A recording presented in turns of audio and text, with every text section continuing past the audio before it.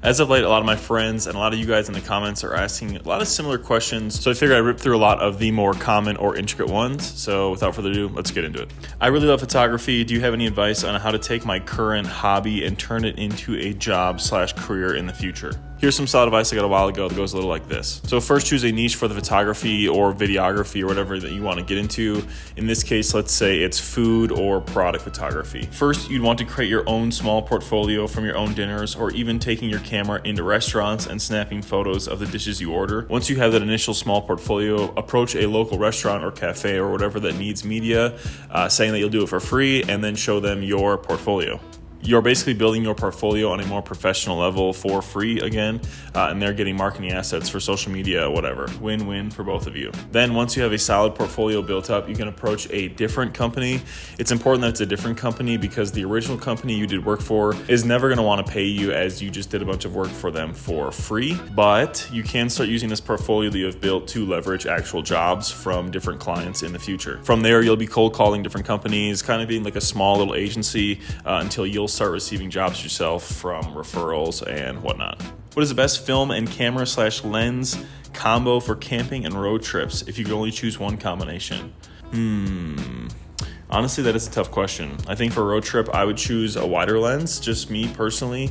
I think it gives you some more versatility when it comes to like some more lifestyle landscape stuff, landscape portraits, or just landscapes in general. Obviously, you're not going to be able to get the super zoomed in shots of the mountains with the sunset behind it, but honestly, it's not really my style anyways, so I think I choose a wider lens. For me, it'd definitely be the Mamiya 7 with the 65mm, as that's the GOAT camera for me.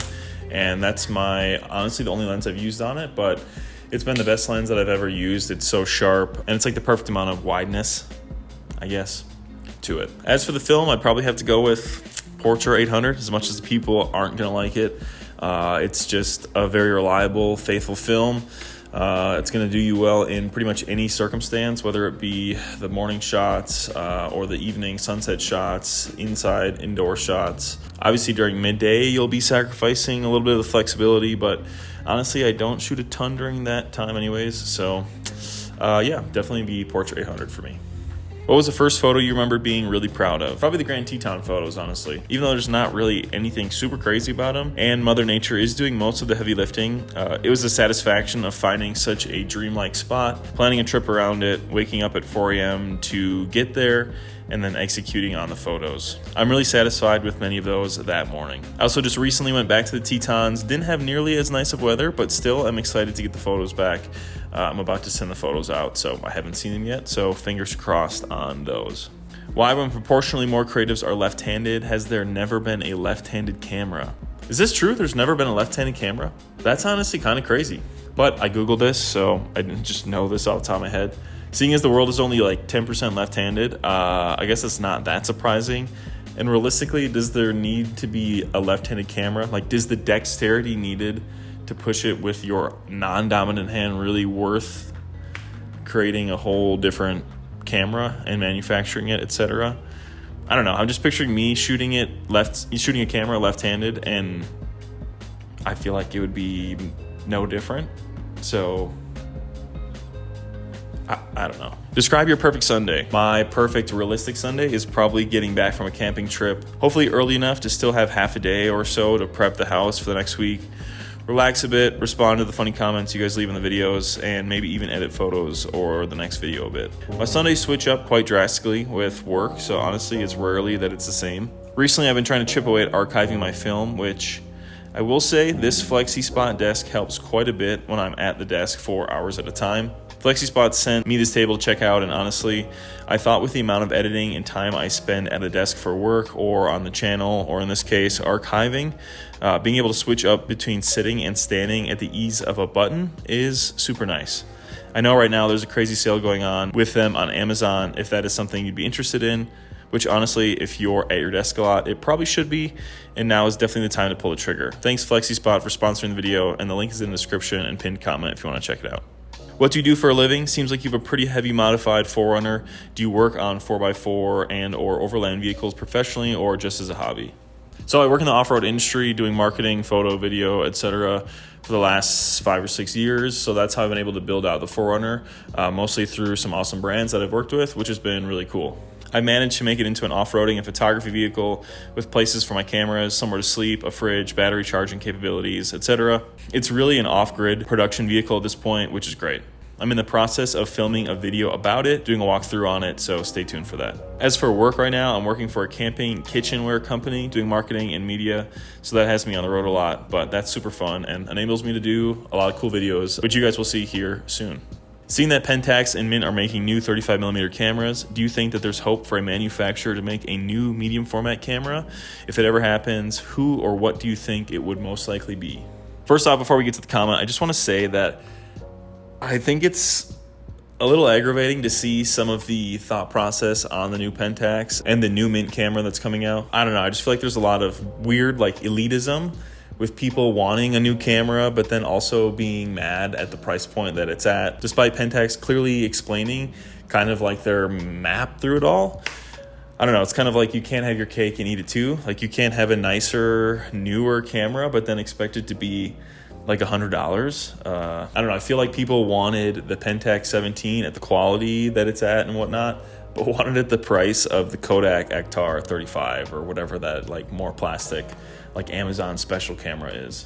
Okay, with that being said though, could I see a medium format camera being made? Or basically that was the gist of the comment. As of right now, no. I do think that if Pentax does get through all these cameras that they want to make, seemingly a SLR is coming soon. I know there was a list of 3 or 4 of them.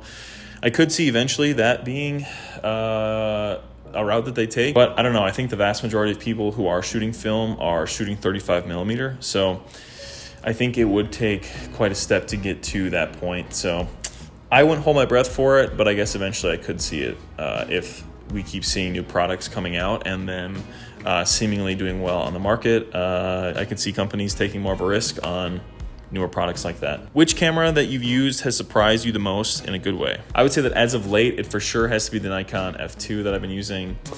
I've really started to fall in love with that camera. Maybe not surprising on how good it is, but how much I like it. Having shot my Mamiya 7 and thinking I prefer rangefinders, using this bad boy frequently for the last couple months has really got me to question which I prefer. The F2 is just such a workhorse, and it's so fun to shoot, honestly. Having shot 120 primarily the last couple years, it's fun to be able to just rip away on a manual camera like the F2. What do you recommend for subjects for someone who lives in a place like the suburbs? Honestly, to me, the easiest thing is find whatever makes your local city or area unique, and then capture some of the things in that culture. Maybe it's your friends or architecture or a group of people that host certain events, or maybe lack thereof completely, honestly. When I was first learning to shoot film, I would just shoot my friends and small town Midwestern vibes, cutting my teeth and just learning the basics. I think it's easy to find somewhere boring, but to someone else across the world, they might think your location, even as desolate as it might be, is incredibly interesting. Think about it this way: if you can learn to take photos in a boring place when you go somewhere epic or grandiose, imagine what kind of photos you can take then. Best beginner 35mm film. I actually just made a video about this, so definitely check that out for a full breakdown of this. But in short, any black and white film, honestly, if you can master black and white, nailing composition and exposure, you'll get much better at shooting photos much quicker. Colorado camera meetup when? Honestly, that would be really fun, but I'm unsure if there's enough of us / you guys in Colorado to make it worthwhile. But I could maybe do a meetup with another photographer and we could rip a hike or something with a handful of you. That would be a really fun day, I think. Let me know down in the comments if you're Colorado local and that would be of interest to you. How small / light do you pack for camping? Well, seeing as I'm mostly overlanding and camp out of the 4Runner, I don't pack light.